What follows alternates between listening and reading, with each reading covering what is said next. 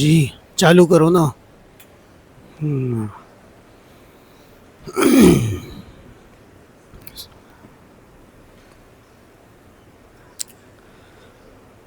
الحمد لله الحمد لله الذي له ما في السماوات والأرض وهو الغني الحميد الملك القدوس المبدئ المعيد الذي لا تخفى عليه خافية وهو على كل شيء شهيد ذو العرش المجيد فعال لما يريد أنعم المسلمين بالصيام والقيام وأكرمهم بالعيد وأشهد أن لا إله إلا الله وحده لا شريك له يحكم ما يشاء ويفعل ما يريد وعد المتقين بالجنة والمزيد وتوعد العصاة بالعذاب الشديد وأشهد أن سيدنا ومولانا محمدا أحمد عبده ورسوله الذي تحقق التوحيد وعبد ربه حتى أتاه اليقين فكان خير العبيد. اللهم صل وسلم على عبدك ورسولك ونبيك ونجيك محمد أحمد وعلى آله وأصحابه وبارك وصل وسلم عليه وعلى أصحابه الطابعين ومن تبعهم بإحسان إلى يوم الدين. أما بعد فأعوذ بالله من الشيطان الرجيم. بسم الله الرحمن الرحيم. يريد الله بكم اليسر ولا يريد بكم العسر ولتكملوا العدة ولتكبروا الله على ما هداكم ولعلكم تشكرون. وقال الله تعالى إن الذين قالوا ربنا الله ثم استقاموا تتنزل عليهم الملائكة ألا تخافوا ولا تحزنوا وأبشروا بالجنة التي كنتم توعدون نحن أولياؤكم في الحياة الدنيا وفي الآخرة ولكم فيها ما تشتهي أنفسكم ولكم فيها ما تدعون. وعن أنس رضي الله تعالى عنه قال قدم رسول الله صلى الله عليه وسلم المدينة فرأى الناس يلعبون في يومين قال ما هذا اليومان؟ قالوا نلعب فيهما في الجاهلية. قال رسول الله صلى الله عليه وسلم إن الله أبدلكم بهما خيرا منهما عيد الأضحى وعيد الفطر. الله أكبر الله أكبر لا إله إلا الله الله أكبر الله أكبر ولله الحمد. اللہ اکبر کبیرا وسبحان اللہ بکرۃ واصیلا والحمد للہ حمدا کثیرا۔ گرامی قدر بزرگوں اور عزیز بھائیوں، رمضان المبارک کا انتظار تھا اور بڑے شوق سے اس کے لمحات کا انتظار ہی ہو رہا تھا، اور کوشش کی جا رہی تھی ان لمحات کو قیمتی بنانے کی، کوشش کرنے کی، اور جب تک کہ ہوش آتا تھا پتہ چلا کہ رمضان گزر چکا ہے۔ اور اللہ تعالیٰ کے فضل و کرم سے عید کا عظیم موقع، جو مسلمانوں کا شعار ہے، مسلمانوں کا ایک بہترین اتحاد اور تنظیم کا مظاہرہ ہے، وہ ہمیں اور آپ کو اس فانی زندگی میں ایک دفعہ پھر نصیب ہو رہا ہے۔ فَلَهُ الشُّكْرُ وَالْحَمْدُ عَلَى نَعْمَائِهِ وَآلَائِهِ ظَاهِرَةً وَبَاطِنًا۔ میرے محترم بھائیوں، حدیث شریف میں آتا ہے کہ جناب رسول اللہ صلی اللہ علیہ وسلم جب مدینہ منورہ ہجرت کر کے تشریف لائے تو آپ نے مدینہ والوں کو دیکھا کہ وہ 2 دن ایسے تھے کہ ان دنوں میں وہ بہت شوق سے خوش ہوتے تھے، کھیلتے تھے اور میلہ سجاتے تھے اور ایک دوسرے کے ساتھ خوش مزاجی سے پیش آتے تھے۔ آپ صلی اللہ علیہ وسلم نے ان سے پوچھا، یہ کیا ہو رہا ہے؟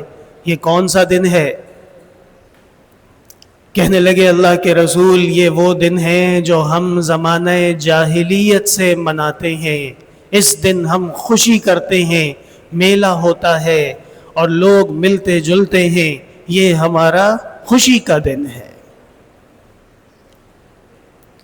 آپ صلی اللہ علیہ وسلم نے فرمایا، ان اللہ ابدلکم بہما خیر منہما عید الاضحیٰ وعید الفطر۔ اللہ نے ان 2 دنوں سے بہت اچھے دن آپ حضرات کو نصیب کر دیے ہیں، اور وہ 2 دن عید الاضحیٰ اور عید الفطر ہے۔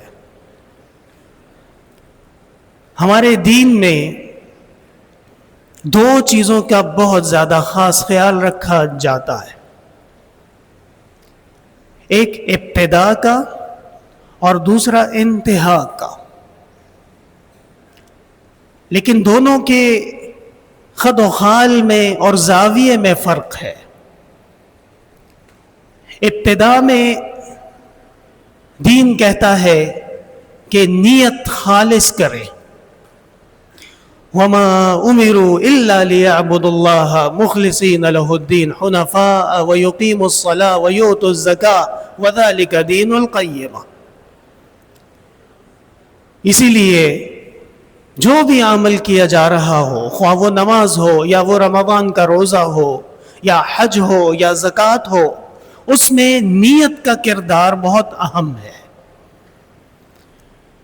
اور نیت ایک ایسا عظیم وصف ہے کہ آپ دیکھ کے نہیں بتا سکتے کہ فلاں آدمی کی نیت صحیح ہے اور فلاں آدمی کی نیت غلط ہے۔ اور اسلام کا حسن یہ ہے، اللہ تعالیٰ نے قرآن میں فرمایا ہے، لا اکراہ فی الدین، یہ دین جو ہے زور زبردستی والا دین نہیں ہے۔ زور زبردستی اگر آپ کسی کو نماز پڑھاتے ہیں اور اس کی نیت صحیح نہیں ہے تو وہ نماز ادا ہی نہیں ہوتی۔ زبردستی کر کے کسی کو سارا دن بھوک اور پیاس سے دوچار کر دیا جائے، لیکن اس کی اللہ کے ہاں قرب اور اجر حاصل کرنے کی نیت نہ ہو تو ایسا روزہ وہ شریعت میں روزہ مانا جاتا ہی نہیں ہے۔ اسی لیے میرے محترم بھائیوں، ہمارے دین میں اعمال کے اندر نیت کا اخلاص بہت اہم ہے،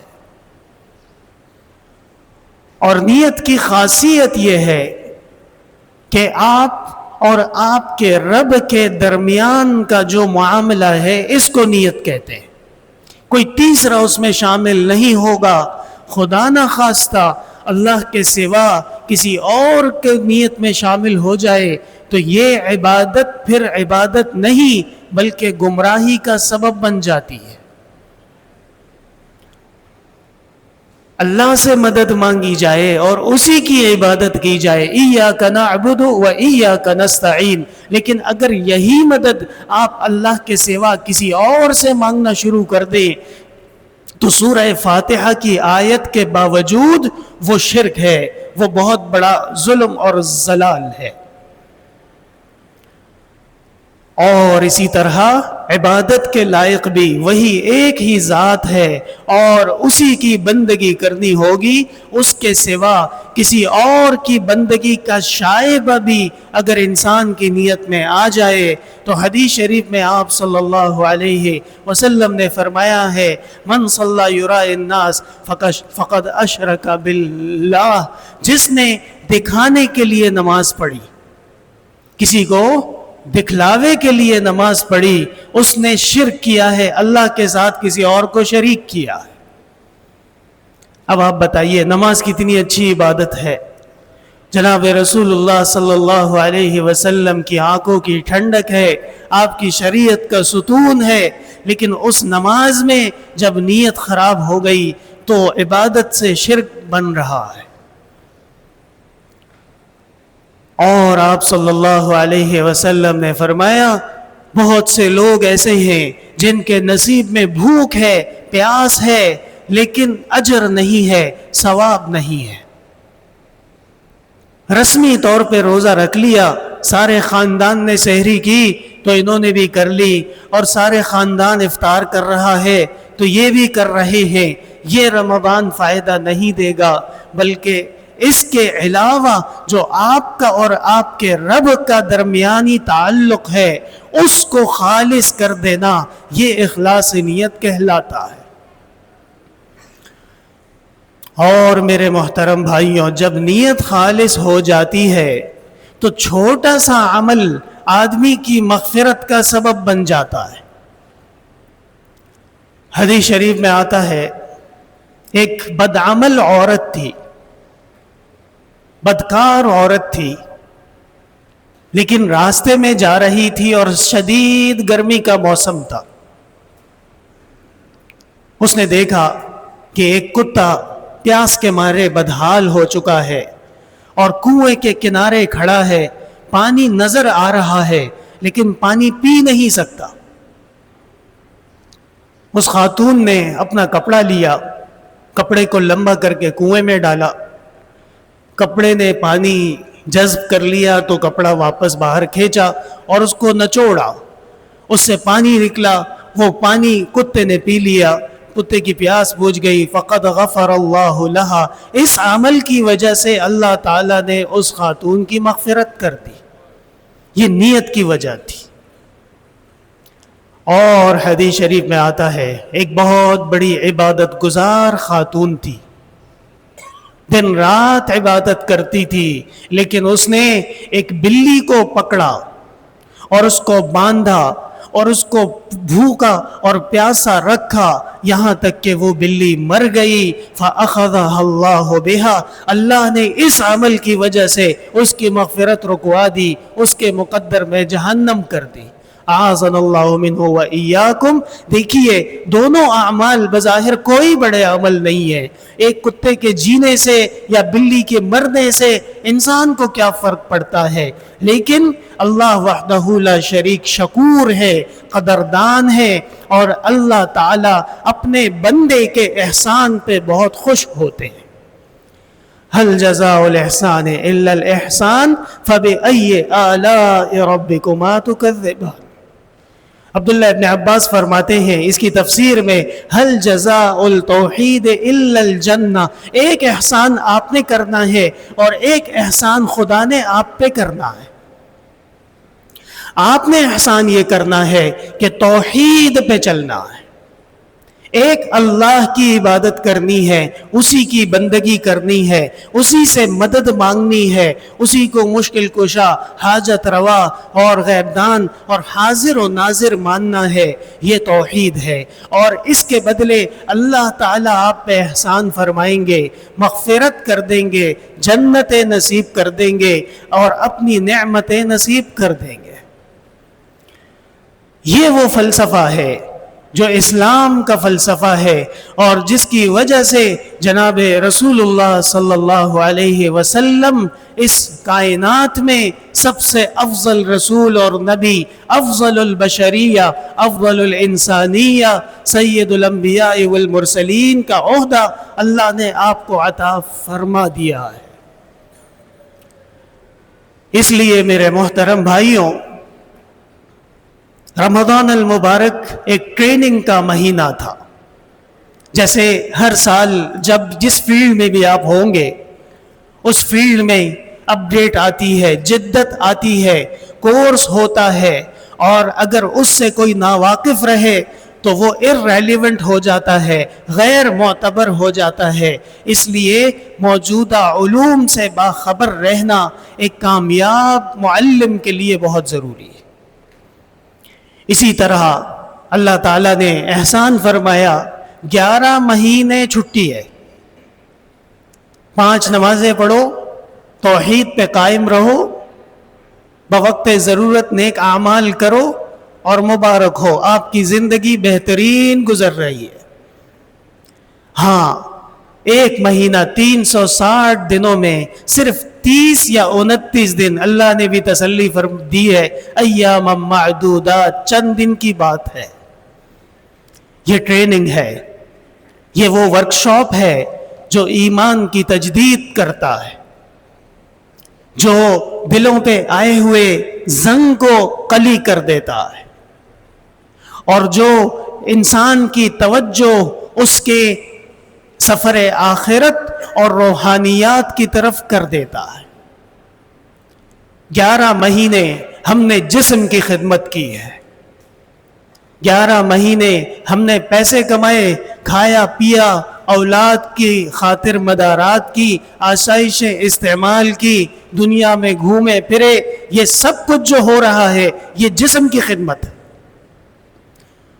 اور روح کی خدمت وہ رمضان المبارک کا مہینہ، وہ حج کے مہینے، وہ عاشوراء کے ایام، وہ شب برات کی راتیں، اور وہ عظیم جو اسلام کے مواقع عید الفطر، عید الاضحیٰ ہے، یہ روحانیت پہ محنت کے دن ہیں۔ اور میرے محترم بھائیوں، ایک زندگی دنیا کی 60 سال ہے، 80 سال ہے، بہت کمال کر دیا تو 120 سال ہے، اور دوسری زندگی نہ ختم ہونے والی ہے، ہمیشہ ہمیشہ کے لیے ہے، اور اس زندگی کی تیاری کی ضرورت زیادہ ہے۔ اللہ کا احسان عظیم ہے کہ ایک نیکی پہ 10 اجر نصیب فرما دیتے ہیں۔ من جاء بالحسنہ فلہ عشر امثالہا، اللہ نے فرمایا ایک نیکی کرو، ہم 10 گنا اجر دیں گے تمہیں۔ یہ وہ فارمولہ ہے جس کی وجہ سے ہم عبادت ایک مہینہ کر رہے ہیں، لیکن انشاءاللہ تعالی اجر 10 مہینے کا ہے۔ ہم ایک قرآن پڑھ رہے ہیں، سن رہے ہیں، اللہ کے فضل سے اجر و ثواب وہ 10 قرآن پڑھنے اور سننے کا، بشرط یہ کہ نیت خالص ہو، اللہ تعالیٰ نصیب فرما دیتے ہیں۔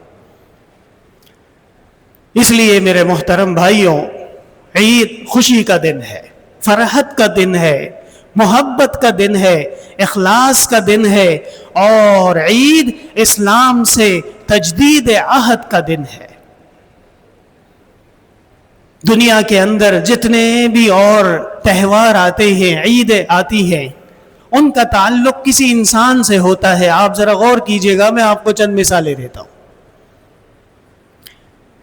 نصرانی کرسمس مناتے ہیں اور کہتے ہیں کہ حضرت عیسیٰ علیہ السلام اس دن پیدا ہوئے، اگرچہ ان کا دعویٰ غلط ہے، اس پہ بڑی تحقیق ہوئی ہے، اور مورخین کہتے ہیں کہ عیسیٰ علیہ السلام کی پیدائش آگے پیچھے ہو سکتی ہے، 25 دسمبر ہرگز نہیں ہے۔ تو وہ کہتے ہیں کہ عیسیٰ علیہ السلام اس دن پیدا ہوئے، ہم اس دن عید منائیں گے۔ ہندوؤں کا تہوار آ جاتا ہے کوئی بہت بڑا، وہ جی آج کے دن وہ رام چندر جی پیدا ہوئے تھے، اس لیے آج ہم بڑے خوش ہیں۔ اور یہودی بھی اس طرح تہوار بناتے ہیں، فلاں دن حضرت عزیر پیدا ہوئے، فلاں دن حضرت موسیٰ کو نبوت ملی، فلاں دن فرعون پہ حضرت موسیٰ کو فتح ملی۔ ہمارے دین میں جو عید ہے اس کا تعلق کسی کی پیدائش یا مرنے سے ہرگز نہیں ہے، یہ دعویٰ ہے اور اللہ کے فضل سے یہ ثابت ہے۔ جناب رسول اللہ صلی اللہ علیہ وسلم کے بیٹے ابراہیم فوت ہو گئے تھے، اور اتفاق کی بات ہے کہ اس دن سورج گرہن ہو گیا تھا۔ لوگوں نے کہا کہ پیغمبر کے صاحبزادے فوت ہو گئے ہیں، اور دیکھیے کہ سورج بھی غمگین ہے اور دھندلا ہو گیا، گرہن ہو گیا۔ آپ صلی اللہ علیہ وسلم نے یہ بات سنی، آپ فوراً مسجد میں تشریف لے گئے، ممبر پہ تشریف فرما ہوئے، اور آپ نے فرمایا الا ان الشمس والقمر آیتان من آیات اللہ، سنو سورج اور چاند اللہ کی نشانیوں میں سے ایک نشانی ہے۔ ولا ينكسفان لموت احد ولا لحیاتہ، نہ کسی کے مرنے پہ یہ گرہن ہوتے ہیں، نہ کسی کے پیدا ہونے پہ یہ گرہن ہوتے ہیں۔ یہ اللہ تعالیٰ کے قدرت کی نشانیاں ہیں، اور آپ نے فرمایا جب اذا رأیتم ہاکذا فافزعوا الی الصلاۃ، جب صورتحال ایسی ہو تو نماز پڑھو۔ یہ جو صلاۃ الکسوف پڑھی جاتی ہے، صلاۃ الخسوف پڑھی جاتی ہے، یہ جناب رسول اللہ صلی اللہ علیہ وسلم کے حکم کی تعمیل کی جاتی ہے۔ پیغمبر کے صاحبزادے کے فوت ہونے پہ آپ نے وضاحت فرمائی کہ سورج چاند کا ہمارے بیٹے کی موت یا زندگی سے کوئی تعلق نہیں ہے۔ اور میرے محترم بھائیوں، اگر اسلام کے اندر کسی کی پیدائش اور وفات پہ عید کا فلسفہ ہوتا تو جناب محمد الرسول اللہ صلی اللہ علیہ وسلم کی پیدائش سے بڑا موقع خوشی کا وہ آسمان و زمین نے دیکھا ہی نہیں تھا، جس نے چار دانگ عالم کو ہدایت سے روشن کر دیا ہے، جس نے انسان کو انسانیت کی تمیز سکھا دی ہے، اور جس نے اخلاق کا ایسا اعلیٰ معیار منتخب کیا ہے، ہائی بینچ مارک سیٹ کیا ہے کہ آج بھی انسان اس بینچ مارک کو اچیو کرنے کی کوشش کر رہا ہے۔ لیکن آپ صلی اللہ علیہ وسلم 63 سال اس دنیا میں تشریف فرما رہے، ایک سال بھی آپ نے یہ نہیں فرمایا کہ فلاں دن میں پیدا ہوا ہوں لہٰذا اس دن عید منائی جائے گی، ہرگز نہیں۔ پورے اسلام کا ریکارڈ اٹھا کے دیکھ لیجئے، 600 سال تک اس رمضان اور عید الاضحیٰ کے علاوہ کسی اور عید کا کانسیپٹ اسلام میں تھا ہی نہیں، اور یہی وہ اتباع سنت ہے جس کا عہد آج ہمیں پھر زندہ کرنا ہے۔ وَمَا أُمِرُوا إِلَّا لِيَعْبُدُوا اللَّهَ مُخْلِصِينَ لَهُ الدِّينَ، اللہ کی طرف سے حکم یہ ہے کہ میری عبادت کرنی ہوگی اور خالص میرے دین پہ چلنا ہوگا، ملاوٹ نہیں ہوگی، مکسنگ کی اجازت نہیں ہوگی کہ جو آپ کا جی چاہا آپ نے کہہ دیا، اور جو آپ کے بڑوں کا جی چاہا انہوں نے درود بنا لیا اور انہوں نے سارے سلسلے بنا لیے، اور جناب اب یہ دین کا حصہ ہے، آپ سنو اور پڑھو تو مسلمان ہو، اور نہیں پڑھتے تو آپ بہت برے آدمی ہو۔ یہ کانسیپٹ اسلام کے اندر نہیں ہے۔ حجۃ الوداع کے موقع پہ جناب رسول اللہ صلی اللہ علیہ وسلم پہ آیت نازل ہوئی، الیوم اکملت لکم دینکم واتممت علیکم نعمتی ورضیت لکم الاسلام دینا، آج میں نے اپنی نعمت تم پہ کامل کر دی ہے، پوری کر دی ہے، تمام کر دی ہے، اور اسلام تمہارے لیے دین برحق چن لیا گیا ہے۔ امام مالک رحمہ اللہ تعالی، امام دار الہجرہ مالک بن انس، بڑے آدمی ہیں، مدینہ کے امام ہیں، صاحب مذہب ہیں، فرماتے تھے کہ من ابتدع البدع ورآہ حسنا فقد ظن الکذب برسول اللہ صلی اللہ علیہ وسلم، جس کسی نے بھی بدعت کی اور اس بدعت کو اچھا مانا، اس نے جناب رسول اللہ صلی اللہ علیہ وسلم کو جھوٹا کہا ہے، اللہ کے رسول پہ اس نے بدگمانی کی ہے، اس لیے کہ اللہ کے رسول نے فرمایا الیوم اکملت لکم دینکم، اور یہ کہتا ہے کہ نہیں ابھی اس میں تھوڑی سی چیز باقی ہے، تو یہ رسول اللہ صلی اللہ علیہ وسلم پہ بدگمانی نہیں اور آپ کے فلسفے کے خلاف نہیں، تو پھر اور کیا ہے؟ تو میرے محترم بھائیوں، پہلی بات یہ ہو گئی کہ اسلام کو ہم نے پیورسٹ فارم میں لے کے آگے چلنا ہے، خالص دین کو لے کے آگے چلنا ہے، اور اسی میں کامیابی ہے۔ ورنہ آج عید کا دن تھا، فجر کی نماز 2 رکعت کی جگہ ہم 4 رکعت پڑھ لیتے نا، ہم زیادہ خوش تھے، لیکن نہیں اجازت ہے، جس نے پڑھی نماز نہیں ہوگی، دوبارہ پڑھنی ہوگی، اس لیے کہ اس میں دینی تعلیمات شامل نہیں تھیں، اتباع سنت شامل نہیں تھا، اور جناب رسول اللہ صلی اللہ علیہ وسلم کی بعثت کا مقصد انسان کو سمجھانا تھا کہ صرف کتاب پڑھنے سے کام نہیں ہوگا، بلکہ پریکٹیکلی آپ کو اس کتاب پہ عمل رسول اللہ صلی اللہ علیہ وسلم کر کے دکھائیں گے۔ وَإِنَّهُ لَذِكْرٌ لَكَ وَلِقَوْمِكَ وَسَوْفَ تُسْأَلُونَ، اے پیغمبر یہ آپ کے لیے بھی قرآن نصیحت ہے، آپ کی قوم کے لیے بھی نصیحت ہے، اور ان قریب آپ لوگوں سے پوچھا جائے گا قرآن پہ کتنا عمل کیا ہے۔ میرے محترم بھائیوں، یہ جو آج ہم اور آپ ایک اجتماع میں جمع ہیں، عید کے اجتماع میں، اللہ تعالیٰ اس کو آپ اور ہماری اور پوری قوم اور امت کے لیے مبارک فرما دے۔ یہ اسلام کے احسانات میں سے ایک احسان عظیم ہے،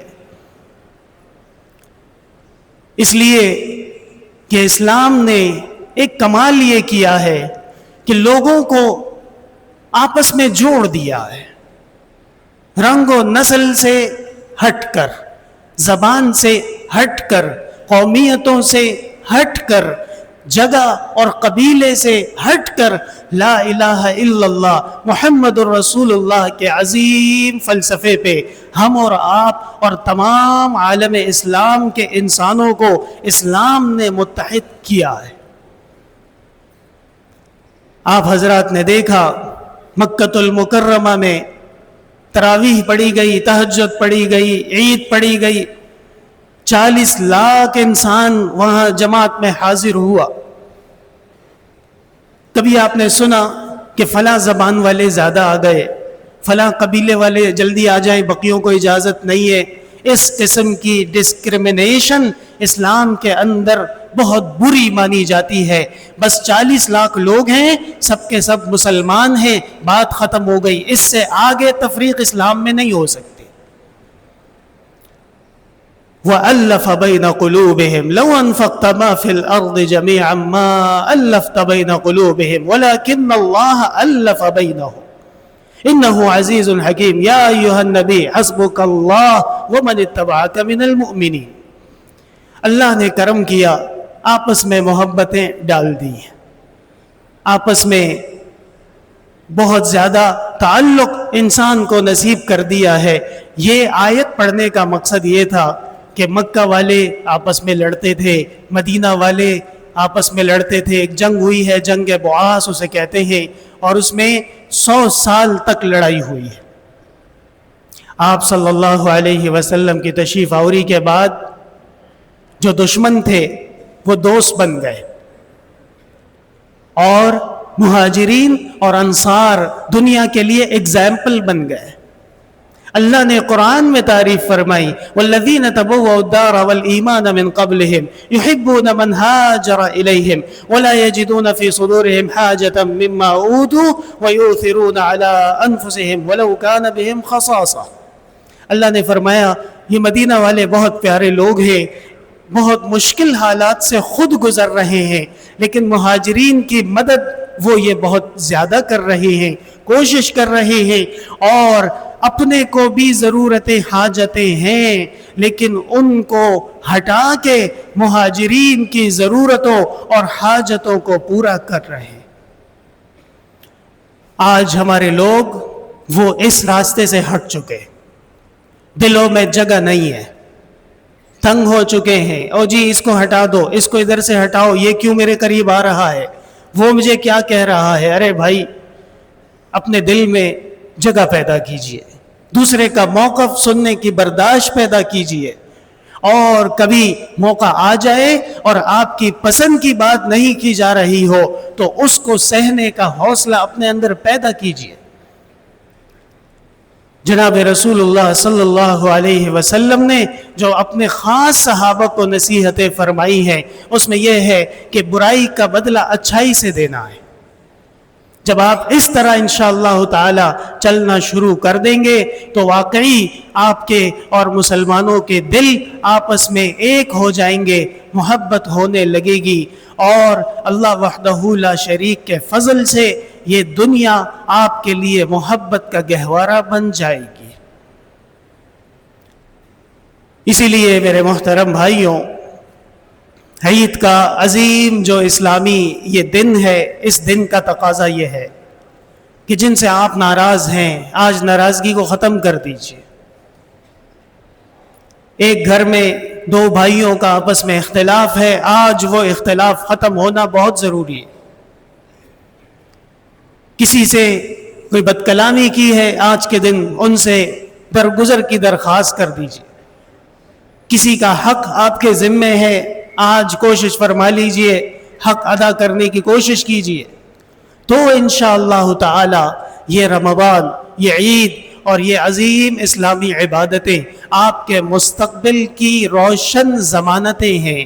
انشاءاللہ تعالی یہ گارنٹیز ہیں، اور اصدق الصادقین، اس زمین و آسمان نے جو سب سے سچا انسان دیکھا ہے، جس کو دشمن بھی صادق اور امین کہتے تھے، آپ صلی اللہ علیہ وسلم نے جو باتیں ہم تک پہنچائی ہیں، خدا کی قسم وہ سچ اور حق ہیں۔ اسی کے اوپر ہمیں کامیابی کے ساتھ آگے بڑھنا ہوگا، اپنا مقام قائم رکھنا ہوگا، اور یقین کیجئے کہ اس مقام کے علاوہ ہمارے کسی اور مقام میں کوئی عزت نہیں ہے۔ اسلام کے خلاف پروپیگنڈے، اسلام کے بارے میں اس قسم کی بات جو عام طور پہ میڈیا میں اور عام طور پہ مین سٹریم پہ کی جاتی ہے، یہ باتیں آپ بھی جانتے ہیں، ہم بھی جانتے ہیں کتنا سچ ہے اور کتنا جھوٹ ہے۔ جھوٹ اتنا زیادہ ہو چکا ہے کہ اب اہل مغرب خود پریشان ہے کہ جھوٹی خبر اور سچی خبر میں ہم فرق کیسے کریں۔ یہی بات اللہ نے قرآن میں فرمائی ہے کہ ان جاءکم فاسق بنبأ فتبینوا، جب کوئی خبر آئے تو تحقیق حال کر لیا کرو، افواہیں نہ پھیلایا کرو۔ اور میرے محترم بھائیوں، یہ فرحت کا دن ہے، خوش رہیے، مطمئن ہو جائیے، بہت بڑا اللہ کا کرم آپ پہ ہوا ہے۔ رمضان کے لمحات نصیب ہو گئے، تراویح پڑھ لی، روزے رکھ لیے، افطار میں دعا کر لی، سحر میں دعا کر لی، استغفار کر لیا۔ یہ جنت کے اعمال ہے، یہ زمین کے انسان کی بس کی بات نہیں تھی۔ خدا نے فضل کیا، کرم کیا، ہمیں اور آپ کو اتنی پیاری عبادتیں نصیب کر دی۔ وَعَلَّمَكَ مَا لَمْ تَكُنْ تَعْلَمْ وَكَانَ فَضْلُ اللَّهِ عَلَيْكَ عَظِيمًا، اللہ نے بہت کچھ آپ کو سکھا دیا، اللہ کا فضل آپ پہ بہت بڑا ہے۔ ما كنت تدري ما الكتاب ولا الإيمان ولكن جعلناه نورا نهدي به من نشاء من عبادنا وإنك لتهدي إلى صراط مستقيم۔ کتاب کیا تھی، ایمان کیا تھا، آپ کیا جانتے تھے؟ اللہ نے کرم کیا، کتاب کا تعارف بھی کرا دیا اور ایمان جیسی عظیم دولت نصیب فرما دی۔ میرے محترم بھائیوں، جس دن میں گھر میں خوشی کا اظہار کرنا سنت ہے، عیدگاہ میں تشریف لانے سے پہلے کچھ کھا لینا، چکھ لینا، کھجور کھا لینا سنت ہے۔ عید الاضحیٰ میں نماز کے بعد اور عید الفطر میں نماز سے پہلے۔ ابھی میں نے دیکھا کچھ حضرات تشریف لائے اور وہ غالباً کے نفل پڑھ رہے تھے، تو یہ مسئلہ بھی سمجھ لیجئے کہ عید کے دن عید کی نماز سے پہلے سامنے کھلے عام نفل پڑھنا یہ بھی منع ہے۔ یہ عید کا احترام ہے، یہ عید کی عظمت ہے۔ ہاں آپ گھر پہ چاہیں تو پڑھ لیجئے، لیکن باہر پڑھنے کی اجازت ایسے کھلے عام میں نہیں ہے۔ یہ احترام عید ہے، اور یہی میں آپ کو سمجھانا چاہ رہا ہوں کہ دین مرضی کا نام نہیں ہے، دین جناب محمد رسول اللہ صلی اللہ علیہ وسلم کی لائی ہوئی سنت کا نام ہے۔ میرے محترم بھائیوں، حدیث شریف میں آتا ہے عید کا دن تھا، جناب رسول اللہ صلی اللہ علیہ وسلم کے گھر پہ آپ کے خلیفہ، آپ کے صاحب ابو بکر رضی اللہ تعالی عنہ تشریف لائے۔ حضرت عائشہ صدیقہ رضی اللہ عنہا کے پاس انصار کی کچھ بچیاں آئی تھیں، اور وہ تقاولنا بما قالت الانصار بیوم بعاث، وہ ترنم سے کچھ قصیدے پڑھ رہی تھیں، کچھ گیت پڑھ رہی تھی اور دف بجا رہی تھی۔ ابو بکر صدیق رضی اللہ تعالی عنہ نے فرمایا مزامیر الشیطان فی بیت رسول اللہ صلی اللہ علیہ وسلم، یہ کیا ہو رہا ہے؟ اللہ کے رسول کے گھر میں بچیاں وہ گیت پڑھ رہی ہیں، قصیدہ پڑھ رہی ہیں اور دف بج رہا ہے۔ یعنی حضرت ابو بکر نے ان کو غصہ کیا کہ بند کرو اس کو۔ آپ صلی اللہ علیہ وسلم کے عالی اخلاق دیکھیے۔ حضرت عائشہ فرماتی ہے اللہ کے رسول بستر پہ لیٹے ہوئے تھے اور چادر آپ نے اپنے اوپر اوڑھی ہوئی تھی۔ جب ابو بکر کا غصہ آپ نے سنا، آپ نے چادر سے سر مبارک نکالا اور فرمایا یا ابا بکر ان لکل قوم عید وہذا عیدنا، اے ابو بکر ہر قوم کا ایک خوشی کا دن ہوتا ہے اور ہماری خوشی کا دن آج ہے، بچیوں کو چھوڑ دو، ان کو خوشی کا اظہار کرنے دو۔ ذرا آپ غور کیجئے کیا مقام ہے، آسمان اور عرش معلیٰ سے تشریف لائے ہوئے رسول اللہ صلی اللہ علیہ وسلم انصار کی بچیوں کا خیال فرما رہے ہیں کہ آج ان کو اگر کچھ پڑھنے کا دل چاہ رہا ہے تو پڑھنے دو۔ وَلَيْسَتَا بِمُغَنِّيَتَيْنِ، اور حضرت عائشہ فرماتی ہیں باقاعدہ حدیث میں ہے یہ دونوں بچیاں گانا گانے والیاں نہیں تھیں، گھر کی بچیاں تھیں۔ یہ نہ ہو کہ کوئی کہے کہ جی حدیث میں آ گیا کہ بچیاں آئی تھی اور دف بجا رہی تھی، نہیں بھائی، وَلَيْسَتَا بِمُغَنِّيَتَيْنِ، یہ بچیاں گانا بگانے والی پیشہ ور ہرگز نہیں تھی، انصار کی بچیاں تھیں۔ یہ علماء کرام فرماتے ہیں کہ دلیل ہے فرحت پہ، اظہار پہ، خوشی پہ۔ اسی طرح جناب رسول اللہ صلی اللہ علیہ وسلم کو حضرت عمر نے فرمایا اللہ کے رسول ایک بہت اچھا جوڑا آیا ہے، کپڑا آیا ہے ریشم کا، استبرق، آپ وہ کپڑا بنوا لیجئے، خرید لیجئے، اور تجمل بها للوفود والاعیاد، وفد کے لیے جب آپ سے لوگ ملنے آتے ہیں اس میں آپ وہ کپڑے پہنیں، اور عید کے دن وہ آپ کپڑے پہنیں۔ آپ صلی اللہ علیہ وسلم نے فرمایا ھذا لباس من لا خلاق لہ، یہ کپڑا اس کے لیے ہے جس کا آخرت میں کوئی مقام نہیں ہے، کوئی اجر نہیں ہے، کیونکہ آپ کو معلوم ہوگا کہ مسلمان مرد کے لیے ریشم کا کپڑا پہننا منع ہے۔ تو دو مسئلے بالکل واضح ہو جاتے ہیں۔ پہلا کہ حضرت عمر نے فرمایا عید کے لیے پہنیں گے، اس پہ آپ صلی اللہ علیہ وسلم نے نکیر نہیں فرمائی، اس پہ رد نہیں فرمایا، مسئلہ ثابت ہو گیا کہ عید کے دن نئے کپڑا پہننا، نیا لباس پہننا، خوشبو کا استعمال کرنا، یہ تمام چیزیں انشاءاللہ تعالی یہ بھی ثواب کا باعث ہے، یہ بھی اتباع سنت ہے، بشرط یہ کہ آپ کی نیت ہو۔ اور دوسرا یہ کہ جو آپ کا جی چاہے آپ نے پہن لیا، اسلام میں اس کی اجازت نہیں ہے۔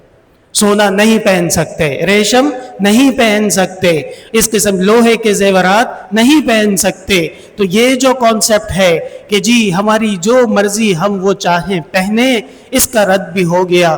آپ صلی اللہ علیہ وسلم نے فرمایا ریشم وہ پہنے گا جس کا آخرت پہ ایمان نہ ہو۔ اور اللہ نے قرآن میں فرمایا یا بنی آدم قد انزلنا علیکم لباسا یواری سواتکم وریشا، اے بنی آدم ہم نے تم پہ لباس دیا ہے تم کو، اور وہ ایسا زبردست لباس ہے جو تمہارے جسم کو چھپاتا ہے۔ علماء فرماتے ہیں جو جسم کو چھپائے وہ لباس ہے، اور جو جسم کو نہ چھپائے پہننے کے باوجود جسم سامنے ہو، یہ لباس ہے ہی نہیں۔ وَلِبَاسُ التَّقْوَى ذَلِكَ خَيْرٌ، اور اللہ سے ڈرنے والوں کا لباس یہ بہترین ہے۔ اور شیطان مردود نے جو سازش کی تھی اس کا نقصان بھی یہ ہوا تھا، يَنزِعُ عَنْهُمَا لِبَاسَهُمَا لِيُرِيَهُمَا سَوْآتِهِمَا، آدم و حوا سے ابلیس کپڑے اتروانا چاہتا تھا اور ان کو ان کی شرمگاہیں لوگوں کے سامنے برہنہ کرنا چاہتا تھا۔ ابلیس اتنا شیطان اور مردود ہے۔ تو میرے محترم بھائیوں، یہ بہت زیادہ خوشی کا موقع ہے۔ اللہ تعالیٰ آپ کے ہمارے لیے اس عید کو مبارک فرمائے۔ میرے محترم بھائیوں، رمضان ختم ہو رہا ہے، اسلام ختم نہیں ہو رہا ہے۔ رب رمضان رب شوال بھی ہے۔ جو خدا لیلۃ القدر کا خدا ہے وہ ایک شوال اور عید کے پہلے دوسرے تیسرے یہاں تک کہ سال کے ہر دن ہر لمحے کا خدا ہے۔ اس لیے رمضان تو ایک ورکشاپ تھی، ایک ٹریننگ تھی، رحمت کا ایک ہوا کا جھونکا تھا جو بہت جلدی گزر گیا۔ ہم حق ادا نہیں کر سکے، لہٰذا کوشش جاری رکھیے۔ اور میرے محترم بھائیوں، آخری بات یہ کہ زندگی میں کتنے رمضان گزر گئے، جتنے رمضان گزر رہے ہیں ہم موت کے قریب ہو رہے ہیں، اور مہینہ شروع ہوا مہینہ ختم ہو گیا، پتہ ہی نہیں چلا۔ یہ عمر بھی ایسی ہے، کب شروع ہوئی اور کب ختم ہو گئی۔ تجربے والے لوگ کہتے ہیں پتہ ہی نہیں چلتا ہے۔ لہٰذا یہ نہ سوچئے کہ وقت بہت ہے۔ وَمَا تَدْرِي نَفْسٌ بِأَيِّ أَرْضٍ تَمُوتُ، کیا پتہ کہاں پہ موت لکھی ہے۔ لہٰذا وقت کو قیمتی جانیے اور اسلامی تعلیمات پہ عمل کرنے کی کوشش فرمائیے۔ خوش رہیے، مطمئن رہیے، پر امید رہیے، نئے جذبے کے ساتھ انشاءاللہ تعالی آگے بڑھیے اور اللہ تعالیٰ سے عہد و پیمان کی تجدید کیجیے۔ اللہ تعالیٰ آپ کے اور ہمارے لیے یہ تمام مواقع مبارک فرمائے۔ وآخر دعوانا ان الحمد للہ رب العالمین۔ انشاءاللہ اب عید کی نماز ادا کی جائے گی، تو 2 رکعت عید کی نماز ہے، اور پہلی رکعت کے شروع میں 3 تکبیرات زائدہ ہیں، اور دوسری رکعت کے آخر میں 3 تکبیرات زائدہ ہیں۔ چوتھے اللہ اکبر پہ رکوع میں جانا ہے۔ ہر تکبیر پہ کانوں تک ہاتھ اٹھانے ہیں اور عید کی نماز واجب کی نیت کرنی ہے۔ صفحہ سیدھی